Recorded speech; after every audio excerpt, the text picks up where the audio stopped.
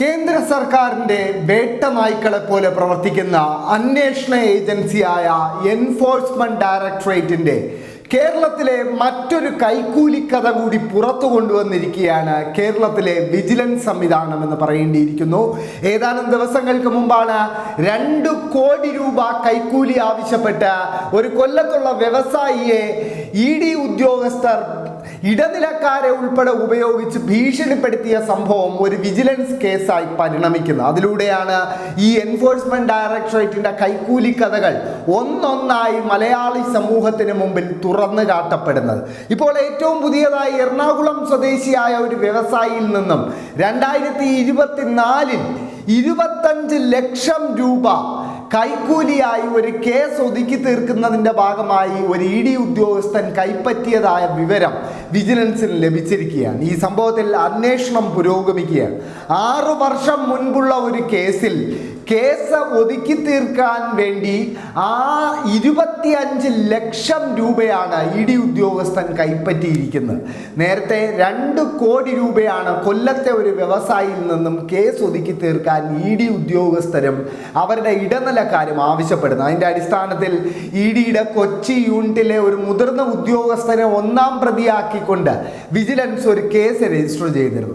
ആ കേസിലും ED സമ്മർദ്ദതന്ത്രങ്ങൾ ആരംഭിച്ചിരിക്കുകയാണ്. ആ കേസിലെ പരാതിക്കാരനായ കൊല്ലം സ്വദേശിയായ വ്യവസായിയെ ഈ മാസം 30-ന് ഡൽഹിയിലെ ഡയറക്ടറേറ്റ് ഓഫീസിൽ ഹാജരാകണമെന്ന് കാണിച്ച് ED ആവശ്യപ്പെട്ടിരിക്കുകയാണ്.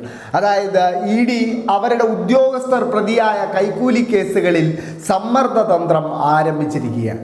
EDയുടെ ഇത്തരം ചോദ്യം ചെയ്യലുകളും കുറ്റപത്രം സമർപ്പിക്കലുമൊക്കെ സാധാരണക്കാർക്ക് ഇപ്പോൾ ഒരു തമാശയായി മാറിയിരിക്കുകയാണ്. കാരണം EDയുടെ ചരിത്രം അത്രമാത്രം കഴിവുകേടിൻ്റെതാണ് എന്ന് പറയേണ്ടിയിരിക്കുന്നു.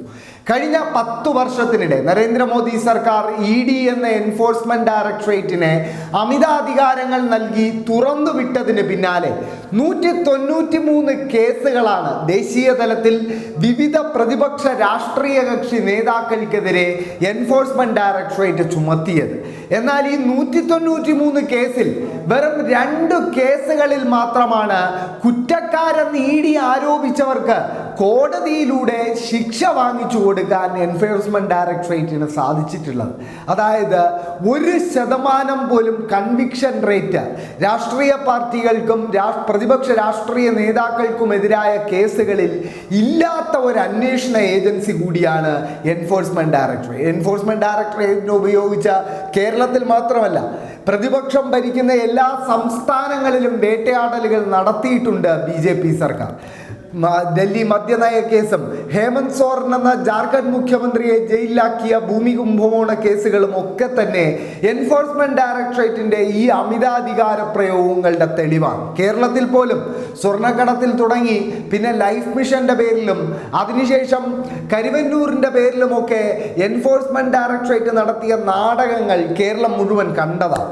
എന്തായാലും എൻഫോഴ്സ്മെന്റ് ഡയറക്ടറേറ്റിന് ഒരു കൈക്കൂലിക്കഥ കൂടി വിജിലൻസ് പുറത്തു കൊണ്ടുവന്നിരിക്കുകയാണെന്ന് പറയേണ്ടിയിരിക്കുന്നു.